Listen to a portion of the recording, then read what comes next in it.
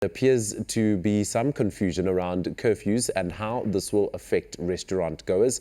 Restaurants Association CEO Wendy Alberts spoke to Newzroom Afrika on the matter on News at Prime with Bongiwe Zwane about the concerns that restaurant owners have. Confusing times. I mean, the clarity on the interpretation of the regulations has really put the industry in a complete and utter frenzy. And I think that the misinterpretation that has been put out to compliance officers as well as authorities as well as the police is all very confused. So we are dealing with a mammoth amount of queries currently taking place on how we deal with it. And from our side, we've certainly been trying to get it in writing as to what the exact restrictions are placed on restaurants. So we finally managed to get commitment and confirmation that the correct division in terms of interpretation states in the regulations that it was due to the amendment that was made in Section 82, which means only establishments that are in hotspot areas have to close at 2100 hours to accommodate the 10 o'clock curfew.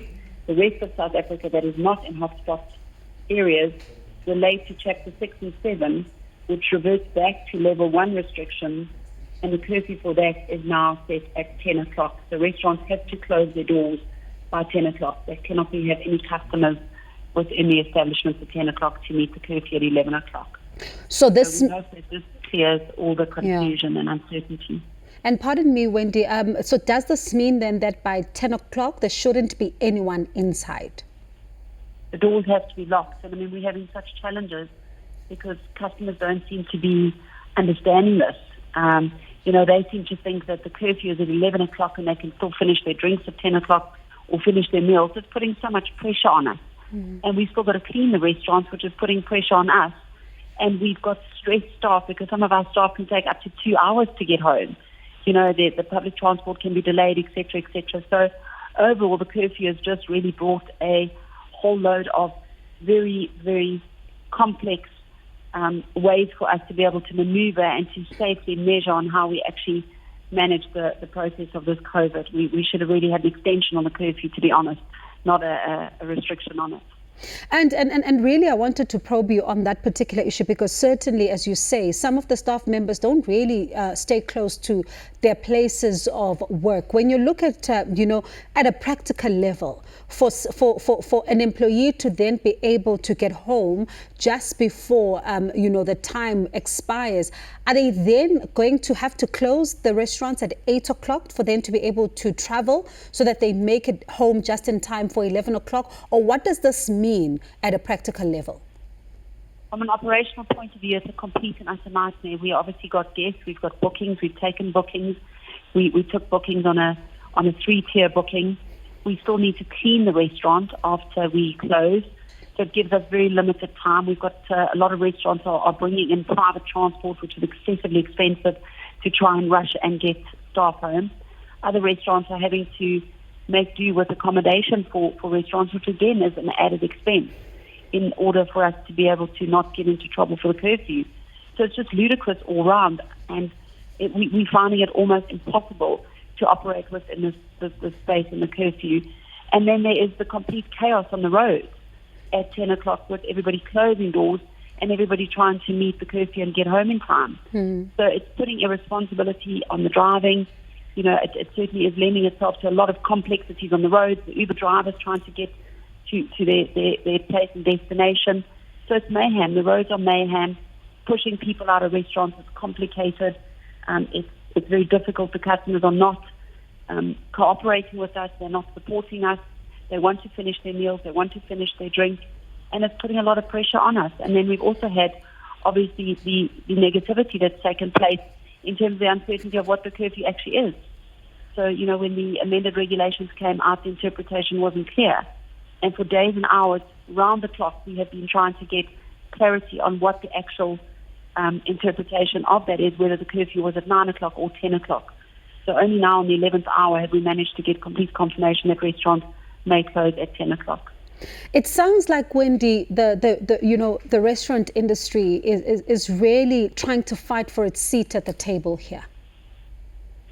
No, it's been a complex 9 months, 10 months, 11 months. It's just going on so much time we're forgetting to actually count the days. But the truth is we're fragmented. So certain of our responsibilities doesn't rest within the Ministerial Division of Tourism. And then they refer us back to COCTA. COCTA can't make certain decisions, and they refer us back to the Department of Trade and Industry. So we're fortunate that we have built good relationships over 9 months. But it's very difficult at this space and time because a lot of people are on leave or on short time. So we can't reach the contacts we've got. We've had to knock on other doors to be able to get who the stand-in positions are, to be able to get clarity on the directives that have been issued for us to be compliant.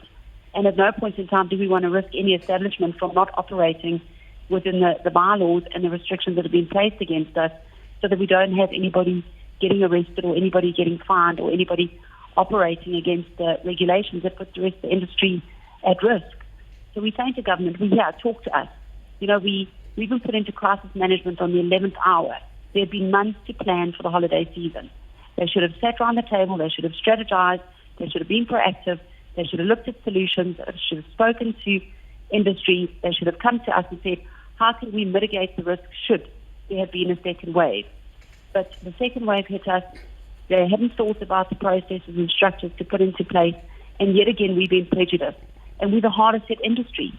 And we've adequately prepared for our December trade. We have brought in staff.